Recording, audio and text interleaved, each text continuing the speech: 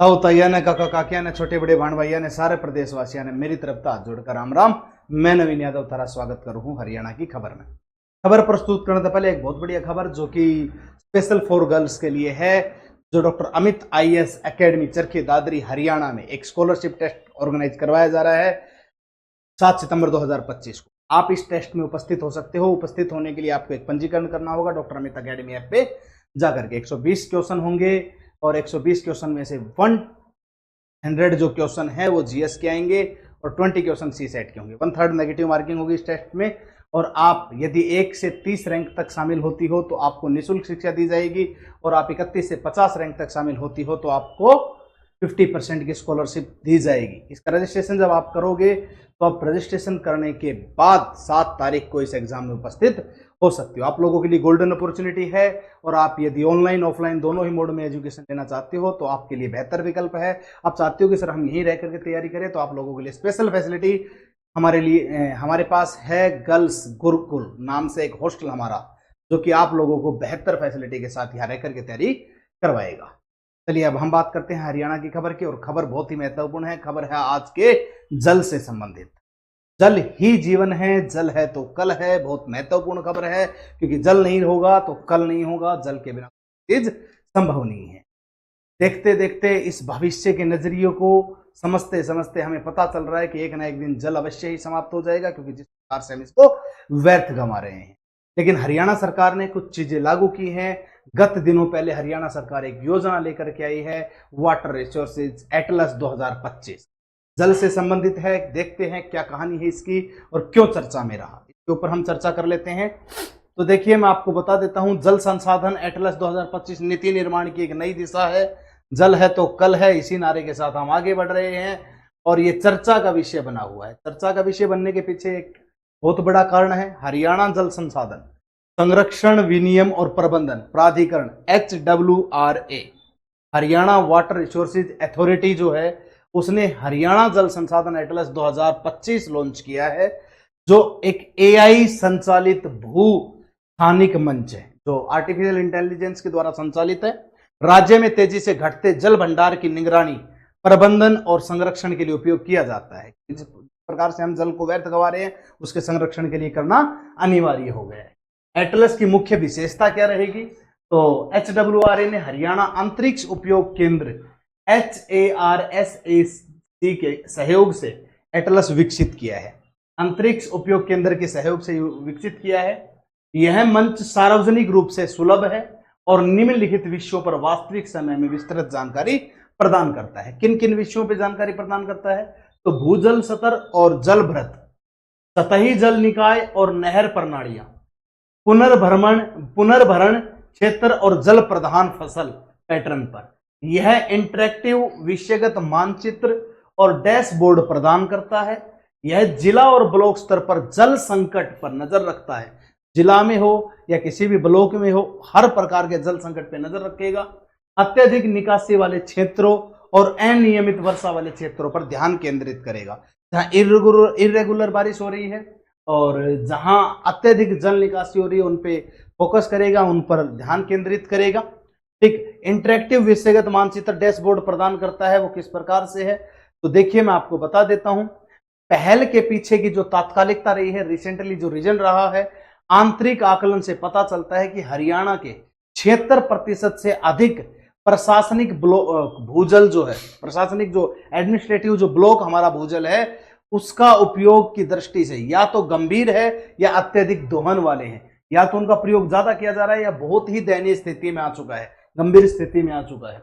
इस मंच का उद्देश्य प्रशासनिक और जमीनी स्तर पर डाटा संचालित हस्तक्षेप को मजबूत बनाना है। डाटा स्कोप और अद्यतन चक्र क्या है तो अधिकांश मुख्य डाटा सेट जैसे भूजल की गहराई और मृदा संरचना को वार्षिक रूप से संशोधित किया जाएगा। ऐसे मापदंडों को आमतौर पर एक दशक में एक बार अपडेट करने की आवश्यकता होती है, जिसे डेटा नवीनीकरण के मामले में प्लेटफॉर्म का रख रखाव कम हो जाता है। ठीक है, एटलस में निम्नलिखित से डेटा एकीकृत किया जाता है। किन चीजों से डेटा एकीकृत किया जाएगा? उपग्रह सैटेलाइट अवलोकन से, और जीपीएस सर्वेक्षण से मौसमी संबंधी जानकारी और कृषि रिकॉर्ड, केंद्रीय भूजल बोर्ड सीजीडब्ल्यूबी, भारतीय मौसम विज्ञान विभाग आईएमडी, सिंचाई विभाग और कृषि विभाग, राष्ट्रीय और राज्य स्तरीय एजेंसियों ने सटीकता और परिचालन प्रासंगिकता सुनिश्चित करने के लिए डेटा को मान्य किया है। इन चीजों ने को सुनिश्चित करने के लिए डेटा, आंकड़े जरूरी है, आंकड़ों को मान्य किया है। फिर उसके बाद अगर हम बात करते हैं तो इसने बताया केंद्रीय भूजल बोर्ड सीजीडब्ल्यूबी, तो केंद्रीय भूजल बोर्ड है। जल संसाधन मंत्रालय भारत सरकार के तहत सीजीडब्ल्यूबी भारत में भूजल संसाधन के प्रबंधन, उसके मैनेजमेंट को लेकर के, अन्वेषण, उसकी रिसर्च को लेकर के, निगरानी, मूल्यांकन और विनियमन के लिए सर्वोच्च निकाय है। वर्ष 1970 में स्थापित सीजीडब्ल्यूबी का गठन आरंभ में अन्वेषणात्मक नलकूप संगठन का नाम बदलकर किया गया था। बाद में वर्ष 1972 में इसे भारतीय भूवैज्ञानिक संरक्षण के भूजल विंग के साथ विलय कर दिया गया। पर्यावरण संरक्षण अधिनियम 1986 के तहत गठित केंद्रीय भूजल प्राधिकरण सीजीडब्ल्यूए भूजल विकास को विनियमित करता है ताकि इसकी स्थिरता सुनिश्चित की जा सके। प्रमुख कार्य और जिम्मेदारियां, सीजीडब्ल्यूबी भूजल प्रबंधन के लिए वैज्ञानिक विशेषज्ञता प्रदान करता है जिसमें अन्वेषण, निगरानी और जल गुणवत्ता आकलन शामिल है। यह भूजल सतह को बढ़ाने के लिए कृत्रिम पुनर्जागरण और वर्षा जल संचयन की योजनाओं को क्रियान्वित करता है। वैज्ञानिक रिपोर्ट सीजीडब्ल्यूबी राज्य और जिला जल भूवैज्ञानिक रिपोर्ट, भूजल वर्ष पुस्तकें और एटलस जारी करता है। ये चीजें इसके तहत हैं। फिर उसके बाद अगर मैं बात करता हूं तो भारत मौसम विभाग विज्ञान क्या है, उसकी अगर मैं बात करूं तो आईएमडी की स्थापना 1875 में हुई है। यह देश की राष्ट्रीय मौसम विज्ञान सेवा है जो मौसम के बारे में जानकारी प्रदान करती है। मौसम विज्ञान एवं संबद्ध विषयों से संबंधित सभी मामलों में सरकारी एजेंसी है।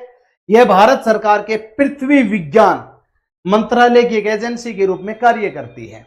आईएमडी विश्व मौसम विज्ञान संगठन के 6 क्षेत्रीय विशिष्ट मौसम विज्ञान केंद्रों में से एक है। मौसम विज्ञान की जानकारी देने के लिए भी इस विभाग का गठन किया गया है ताकि हमें विभिन्न प्रकार के मौसमों की जानकारी प्राप्त हो सके।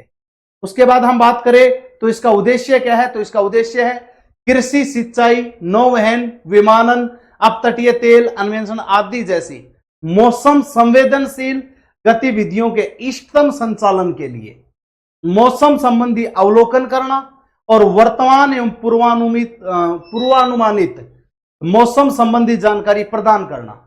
उष्ण कटिबंधीय चक्रवात, नॉर्थ वेस्टर, धूल भरी आंधी, भारी बारिश और बर्फ, ठंड तथा ग्रीष्म लहरें आदि जैसी गंभीर मौसमों की घटनाओं जो जीवन एवं संपत्ति के विनाश का कारण बनती है उनके प्रति चेतावनी देना। जैसे राजस्थान क्षेत्र है, हमारा क्षेत्र है, नॉर्थ वेस्ट जोन यानी कि दक्षिण उत्तर पश्चिमी जो जोन है नॉर्थ वेस्ट जोन, उसमें हमारा क्षेत्र भी आ जाता है, राजस्थान भी आता है, हरियाणा भी आता है, पंजाब का कुछ भाग भी आता है।